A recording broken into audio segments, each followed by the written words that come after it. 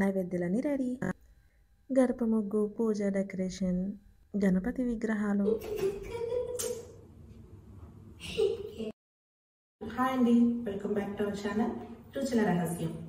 అందరికీ super duper happy Vinayaka Chavithi. ఈ వీడియోలో మా వినాయక చవితి ఎలా సెలబ్రేట్ చేసుకున్నామో ఫుల్ వ్లాగ్ ఉంటుంది. నేను ఈ వీడియో అప్లోడ్ చేసేసరికి వినాయక చవితి అయిపోయి ఉంటుంది. సో మీరు ఎలా సెలబ్రేట్ చేసుకున్నారో కమెంట్ చేసేయండి. నేను చేసిన సింపుల్ నైవేద్యాలు, డెకరేషన్ తో పాటు పూజ, వినాయకుడి నిమజ్జనం ఎలా చేశానో అన్ని ఫుల్ వ్లాగ్ ఉంటుంది. పండగ వస్తే మాత్రం పిల్లలు లేవకుండా ముందే ఎర్లీ మార్నింగ్ నైవేద్యాలన్నీ చేసేద్దామని డిసైడ్ అవుతాను. అలానే చేస్తాను అన్ని పండుగలకి. కానీ ఈసారి వినాయక చవితి మాత్రం అది కుదిరేలా లేదు.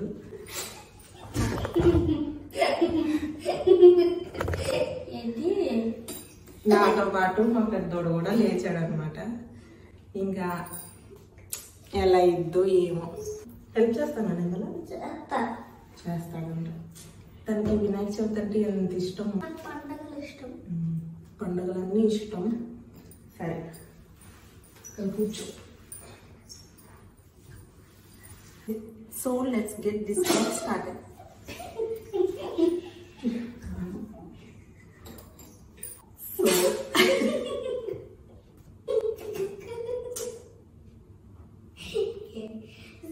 ఇంకా లేచేసిన నైవేద్యాలన్నీ ఎలా చేస్తానో చూపించేస్తాను. Let's get this vlog started. మా పెద్దోడికి ముందు రోజే చెప్పాను అనమాట, ఎర్లీగా లేకు, మనం గణపతి పూజ చేసుకుందాము అని. నా మాట ఇంత బాగా వింటాడని అస్సలు ఎక్స్పెక్ట్ చేయలేదు. ఎర్లీగా లేకు అంటే 3ంటికే లేచి కూర్చున్నాడు. ఇంకా అప్పటి నుంచి స్టార్ట్ చేశాడు అనమాట. ఇంకా లేగమ్మా పూజ చేద్దాము లేగు అని. అప్పటికే నేను పడుకునేసరికి 12:30 అయిపోయింది. తన్ని పడుకోబెట్టడానికి ఎంత ట్రై చేసినా పడుకోవట్లేదు. ఇంకా చేసేదేం లేదని చెప్పి లేచి ఫ్రెష్ అయ్యి ఇంకా ఇల్లంతా నీట్గా క్లీన్ చేసేసుకొని ఇలా గడపకి పసుపు రాసి ముగ్గు పెట్టుకుంటున్నాను. బయట ముగ్గు వేద్దాం అనుకున్నా కానీ బాగా వర్షం పడుతుంది. మాకు స్టెప్స్ నుంచి వాటర్ వచ్చేస్తాయి అనమాట. ముగ్గు వేసినా వేస్ట్ అని చెప్పి అక్కడితో ఆపేశాను. ఇక నైవేద్యాలు స్టార్ట్ చేసేద్దామని చెప్పి కిచెన్లోకి వచ్చేసాను. ముందు రోజు నైటే సగ్గుబియ్యం, పెసరపప్పు, పచ్చిశనగపప్పు, శనగలు నానబెట్టుకున్నాను. సగ్గుబియ్యం అయితే పాల తాలికల కోసం నానబెట్టుకున్నాను. పెసరపప్పు ఏమో చలివిడి వడపప్పు చేస్తాం కదా దానికోసం. పచ్చిశనగపప్పు కుడుముల కోసం. ఇలా శనగలు అయితే ప్రసాదం కింద తాలింపు వేసి పెడతాం కదా, అది నానబెట్టాను అనమాట. నైవేద్యాలు స్టార్ట్ చేసే టైంకి అరౌండ్ 5 అలా అవుతుంది. ఈ నైవేద్యాలన్నీ చేయడం నాకు అలవాటే. ఎవ్రీ ఇయర్ నేను ఒక్కదాన్ని చేసేసుకుంటాను. 1 అవర్ లోపే నైవేద్యాలతో పాటు మధ్యాహ్నం లంచ్ లో కూడా కర్రీ ప్రిపేర్ చేసి పెట్టేసుకుంటాను అనమాట, మళ్ళీ కిచెన్లోకి రాకుండా. కానీ ఎప్పుడు చేసినా పిల్లలు లేవకుండా ముందే చేస్తాను. ఈసారి అన్ఎక్స్పెక్టెడ్గా మా పెద్దోళ్ళు లేచాడు కాబట్టి తన్ని మేనేజ్ చేసుకుంటూ చేసేసరికి అరౌండ్ 2 అవర్స్ పట్టింది. పైగా సెల్ఫ్గా వీడియో తీసుకుంటున్నా కాబట్టి కాస్త టైం పట్టింది అనమాట. లేదంటే నాకు 1 అవర్ లోపే ఇవన్నీ రెడీ చేసేసుకుంటాను. వినాయకునికి ఇష్టమైన నైవేద్యాలన్నీ బియ్యపిండితోనే చేస్తాము. ఆయనకి బియ్యపిండితో చేసిన నైవేద్యాలే నచ్చుతాయి అనమాట. సో ఇక్కడ చలివిడి వడపప్పు కోసం రెడీ చేశాను అనమాట. నెక్స్ట్ ఇంకా రవ్వ పులిహోర చేద్దామని ఇలా కుక్కర్లోనే 1 కప్ రవ్వకి 2 కప్స్ వాటర్ చొప్పున వేసుకొని విజిల్ పెట్టేశాను. బియ్యపు రవ్వ కుక్ అయ్యేలోపు కుడుములు ప్రిపేర్ చేద్దామని చెప్పి కడాయిలో 1 కప్ బియ్యపు పిండికి 2 కప్స్ వాటర్ వేసుకొని నానబెట్టుకున్న పచ్చిశనగపప్పుతో పాటు 1 కప్ బెల్లం కూడా వేసుకొని బెల్లం కరిగే వరకు వాటర్ని మరిగించుకోవాలన్నమాట. ఇందులో కొంచెం నెయ్యి వేసుకుంటే పిండి అతుక్కోకుండా చేతికి బాగా వస్తుంది. నైవేద్యాలు చేసేటప్పుడు బియ్యపు పిండిని కొంతమంది తడిపిండి యూజ్ చేస్తారు, పొడిపిండి కూడా యూజ్ చేస్తారు. తడిపిండి అయితే రైస్ని కడిగేసి నానబెట్టుకొని ఇంకా మిల్క్ ఇచ్చి ఆడిస్తారనమాట. ఎగ్జాక్ట్లీ మనకి ఎలా ఉంటుందంటే అరిసెలు చేస్తున్నప్పుడు పిండి ఎలా తేమగా ఉంటుందో అలా ఉంటుందన్నమాట. ఒకదాన్నే కాబట్టి మనకు అంత టైం ఉండదు. పిల్లలతో మేనేజ్ చేయడం అంటే కష్టమే. సో నేను బయట నుంచి బియ్యపిండి తెప్పించి యూస్ చేస్తున్నాను నైవేద్యాల కోసం.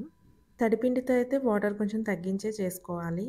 ఈ నైవేద్యాలన్నీ నేను లాస్ట్ ఇయరే లాంగ్ వీడియో చేసి పోస్ట్ చేశాను. మంచి వ్యూస్ వచ్చినాయి దానికి. ఇక్కడ నేను 5 రకాలే చేశా కానీ ఆ లాంగ్ వీడియో పోస్ట్ చేసిన దానిలో 9 రకాల నైవేద్యాలు చేశాను. అది కూడా పక్కా కొలతలతో. నెక్స్ట్ ఇయర్కి ఏదైనా యూజ్ అవుతుంది అనుకుంటే కనుక మన లాంగ్ వీడియోని డౌన్లోడ్ చేసి పెట్టుకోండి. కుడుములకి పిండి రెడీ అయిపోయింది. ఇంకా పులిహోర కోసం అన్నీ రెడీ చేసి పెట్టుకున్నాను. బియ్యపు రవ్వతో పులిహోర చేయడం కొంతమందికి కుదురుతుంది, కొంతమందికి కుదరదు. దానికి రీజన్ ఏంటంటే రవ్వ చూసుకొని చేసుకోవాలి. రవ్వలో కొంచెం పిండి అనేది ఉంటే గనక జల్లించుకొని చేసుకోవాలి, లేదంటే క్లీన్ చేసుకుంటే ఆ పిండి అనేది పోతుంది. అలా బియ్యపు రవ్వలో కాస్త అటు ఇటుగా పిండి ఉన్నా సరే పులిహోర సుద్దలాగా వస్తుందనమాట. పొడి పొడిగా రాదు. సో, జల్లించి చేసుకోవచ్చు. లేదంటే ఒకసారి క్లీన్ చేసుకున్న ఆ పిండి అనేది పోతుంది. ఈ రవ్వ పులిహోరని నిమ్మకాయ వేసి చేస్తున్నాను. చింతపండుతో అయితే టైం పడుతుంది కదా! పులిహోరలో కంపల్సరీ ఇంగువ వేసుకోవాలి. ఇంగువ డైజెషన్‌కి మంచిగా హెల్ప్ చేస్తుంది. నేను ఇవన్నీ చేస్తుంటే మా పెద్దోడు పక్కనే కూర్చొని బెల్లం దంచిస్తున్నాడు, ఇలాచీ దంచిస్తున్నాడు. బానే హెల్ప్ చేస్తాడు. వీడియో తీద్దాం అనుకున్నా గానీ తన్ని డిస్టర్బ్ చేసినట్టు ఉంటుందని తీయలేదు. వీడియోలో చూస్తున్నారు కదా! పులిహోర కోసం రవ్వ అయితే రెడీ అయిపోయింది. వేడిగా ఉన్నప్పుడు సుద్దలానే ఉంటుంది. కొంచెం చల్లారితే పొడి పొడిగా అయిపోతుంది. నిమ్మకాయ పులిహోర కాబట్టి క్విక్‌గానే అయిపోయింది. తాలింపు కూడా వేసేసి, నిమ్మరసం వేసి అంతా కలిసేలా మిక్స్ చేసుకొని మూత పెట్టేసి పక్కన పెట్టేసాను. పులిహోర రెడీ అయిపోయింది. చలివిడి వడపప్పు కూడా రెడీ అయిపోయింది. దాని మీద మూత అడ్జస్ట్ అవ్వట్లేదని చెప్పి తమలపాకు పెట్టి పులిహోర, చలివిడి వడపప్పు 2 రెడీ అయిపోయినాయి. ఇంకా శనగలు కుక్ చేద్దాం అని చెప్పి కుక్కర్‌లో చేస్తున్నాననమాట. ఏం లేదు కుక్కర్‌లో శనగలు మునిగేంత వాటర్‌తో పాటు సాల్ట్ వేసి మీడియం ఫ్లేమ్‌లో పెట్టుకొని 3 విజిల్స్ రానిస్తే సరిపోతుంది.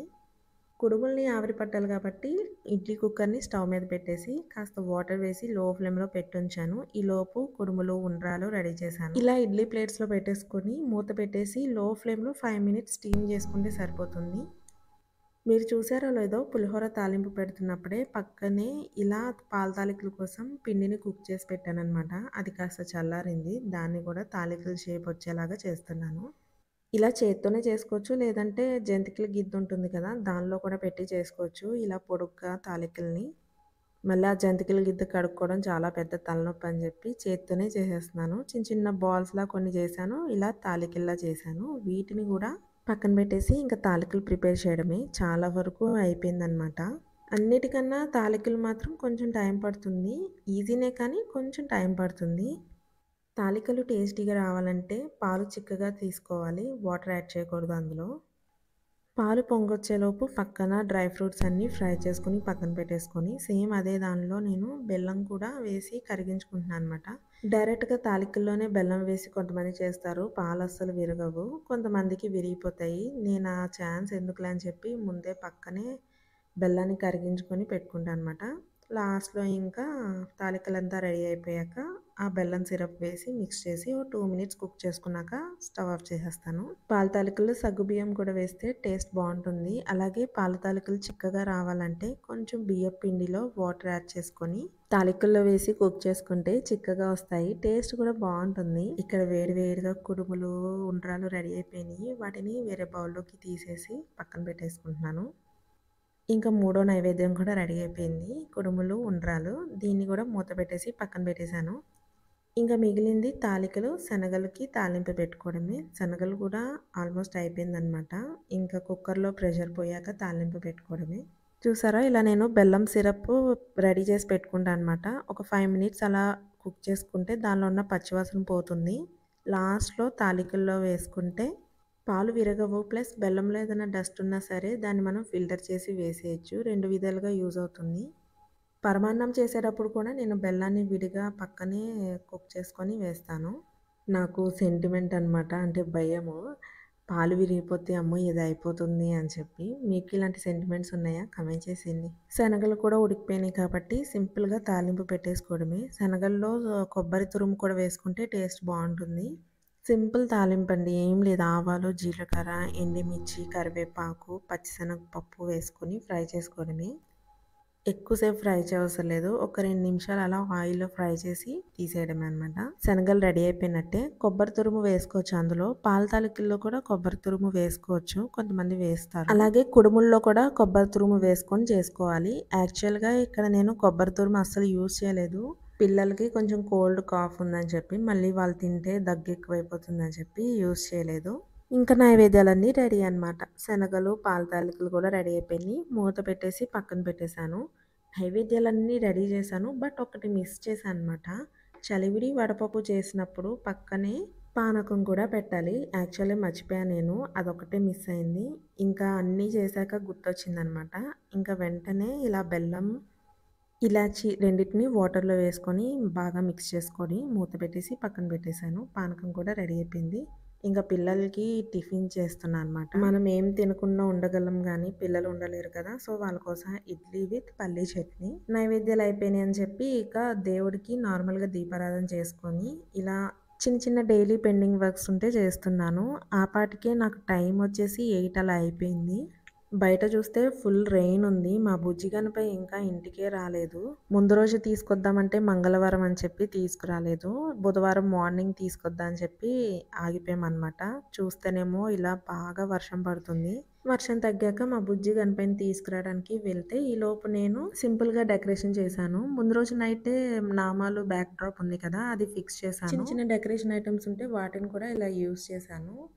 ఎవ్రీ ఇయర్ ఇవే యూస్ చేస్తాను, కానీ డెకరేషన్ మారుస్తూ ఉంటాను. ఈ బ్యాక్ డెకరేషన్ అంటారా, ఎవరిష్టం వాళ్ళది. చేద్దాం అనుకున్న వాళ్ళు చేస్తారు, లేదు ఇంట్రెస్ట్ లేని వాళ్ళు మామూలుగా చేసేసుకుంటారు. నాకు మాత్రం ఇలా డెకరేషన్ చేయడం అంటే చాలా ఇష్టం. ఇలా పూజలప్పుడే కాదు, ఏదన్నా బర్త్డే పార్టీస్ కానీ ఎవరిదైనా ఫంక్షన్ ఉన్నా సరే డెకరేషన్ ఎలా చేద్దాము ఏంటి అని ఆలోచిస్తూ ఉంటాను అనమాట. అలా ఇంట్రెస్ట్ ఉన్న వాళ్ళైతే చేసుకుంటారు, కొంతమందికి ఇంట్రెస్ట్ ఉండదు, అవసరమా అనుకుంటారు. ఎవరిష్టం వాళ్ళది కదా. ఇంకా పూజ స్టార్ట్ చేసేసాము. ఓ 2 ఇయర్స్ నుంచి మా పెద్దోడిని ఇన్వాల్వ్ చేస్తున్నాను ఈ గణపతి పూజ చేయడంలో. తనకు కూడా పూజలు చేయడం అంటే చాలా ఇష్టం. ఇంట్రెస్ట్ ఉంటే తప్ప ఇట్లా చేయరు కదా. ఇలా పండగప్పుడే కాదు, స్కూల్కి వెళ్ళే ముందు టైం ఉంటే కనుక దేవుడి దగ్గర అగరత్తులు వెలిగించి పెట్టిస్తా అనమాట. ఇలా పిల్లల్ని అన్నిటిలో ఇన్వాల్వ్ చేస్తే వాళ్ళకి అన్నీ తెలుస్తూ ఉంటాయి. ఇంకా పూజ అయితే ఇలా కంప్లీట్ చేసుకున్నాము. మా వారు బుక్ చదువుతూ ఉంటే మేము ఇక్కడ పూజ చేస్తూ ఉన్నాము. నిజానికి గణపతిని భరించడం మన వల్ల అయితే అవ్వదండి. అందుకే దీపారాధన కొండెక్కిన వెంటనే కదిపేస్తాను.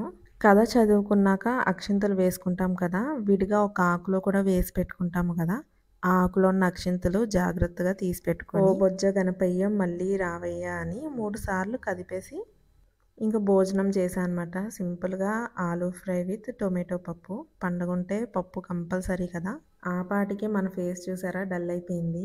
పొద్దున్న ఎప్పుడో 3కి లేచాను కదా, అస్సలు రెస్ట్ లేదు. నిమజ్జనం వీడియో కూడా తీద్దాం అనుకున్నాను, కుదరలేదు, బాగా వర్షం పడుతుంది. ఇంకా మా వారే వెళ్ళి నిమజ్జనం చేసి వచ్చేసారు. పారే నీళ్ళలో వేయాలి కదా, ఎవ్రీ ఇయర్ అక్కడే వేస్తాము. ఈ ఇయర్ మాత్రం నేనే మిస్ అయ్యాను. ఈవినింగ్కి రెయిన్ తగ్గిందిలే, పిల్లలు కూడా ఇంట్లో ఉండి బాగా విసిగిస్తున్నారని చెప్పి సర్లే బయటకు అలా వినాయకుని విగ్రహాలు చూసొద్దామని చెప్పి స్టార్ట్ అయిపోయింది. ఇది ఎలా ఉంది కమెంట్ చేయండి. నేను ఇది తిరుపతిలో తీసుకున్నాను 100 రూపీస్కే. పాపం వాడు 400 అని చెప్తే 100కి బేరమాడి మరీ తీసుకున్నాను. మన ఆడల్లో ఉన్న టాలెంట్ అదే కదా బాబోయ్. మన గుంటూరులో విగ్రహాలు మాత్రం మామూలుగా పెట్టలేదండి.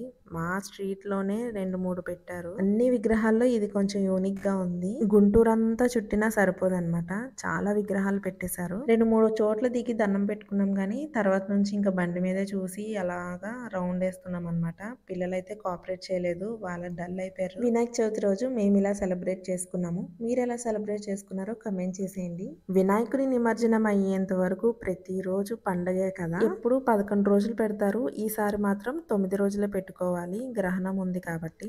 గుంటూరు మామూలుగా లేదు, విగ్రహాలతో ఇలా లైటింగ్స్తో మెరిసిపోతుంది. ఒక్కటికి మించి ఒకటి ఉందన్నమాట.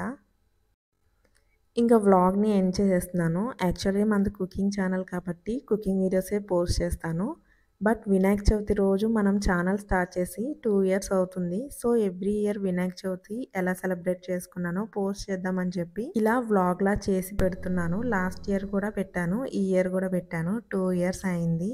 Thank you for your support అండి. చాలామంది సపోర్ట్ చేస్తున్నారు. మీ సపోర్ట్ ఇలానే ఉండాలని కోరుకుంటున్నాను. సబ్స్క్రైబ్ చేసినప్పుడు కమెంట్ చేయండి, ఎవరు సబ్స్క్రైబ్ చేశారు, ఏ ఊరు నుంచి సబ్స్క్రైబ్ చేశారని తెలుస్తుంది కదా. Thanks for watching. See you in next video.